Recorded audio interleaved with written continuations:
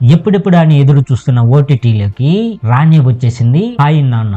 ఆ విశేషాలేంటో ఇప్పుడు మనం తెలుసుకుందాం. నాని మృణాల్ ఠాగూర్ జంటగా నటించిన చిత్రం హాయ్ నాన్న. శౌర్య దర్శకత్వం వహించిన ఈ మూవీని మోహన్ చెరుకూరి, డాక్టర్ విజయేందర్ రెడ్డి తీగల నిర్మించారు. ఈ సినిమా చూస్తే ప్రేక్షకులకు హాయిగా ఉంటుందని, జనాలకు తప్పకుండా నచ్చుతుందన్నాడు. అతడి నమ్మకమే నిజమైంది. సినీ ప్రేమికులు హాయ్ నాన్నకు జై కొట్టారు. తండ్రి కూతుర్ల ఎమోషన్ కు జనాలు కనెక్ట్ అయిపోయారు. మరి కథ విషయానికి వస్తే, ముంబైకి చెందిన విరాజ్ ఓ ఫోటోగ్రాఫర్. కూతురు మహి అంటే అతడికి పంచ ప్రాణాలు. పుట్టుకతోనే అరుదైన వ్యాధితో బాధపడుతున్న మహిని కంటికి రెప్పలా చూసుకుంటాడు. అమ్మ లేని లోటును తెలియకుండా పెంచుతాడు. ప్రతిరోజు రాత్రి మహికి కథలు చెబుతుండేవాడు విరాజ్. ఓ రోజు అమ్మ కథ చెప్పమని అడుగుతుంది మహి. క్లాస్ ఫస్ట్ వస్తే చెప్తానంటాడు. అమ్మ కథ వినాలని నెలంతా కష్టపడి క్లాస్ లోనే ఫస్ట్ ర్యాంక్ తెచ్చుకుంటుంది. తర్వాత కథ చెప్పమని అడిగితే విరాజ్ చిరాకు పడటంతో మహి ఇంట్లో నుంచి బయటకు వెళ్తుంది. ఆ సమయంలో రోడ్డు ప్రమాదం నుంచి మహిని కాపాడుతుంది ఎస్టా. అప్పటి నుంచి వీరి ఇద్దరి మధ్య స్నేహం ఏర్పడుతుంది. అసలు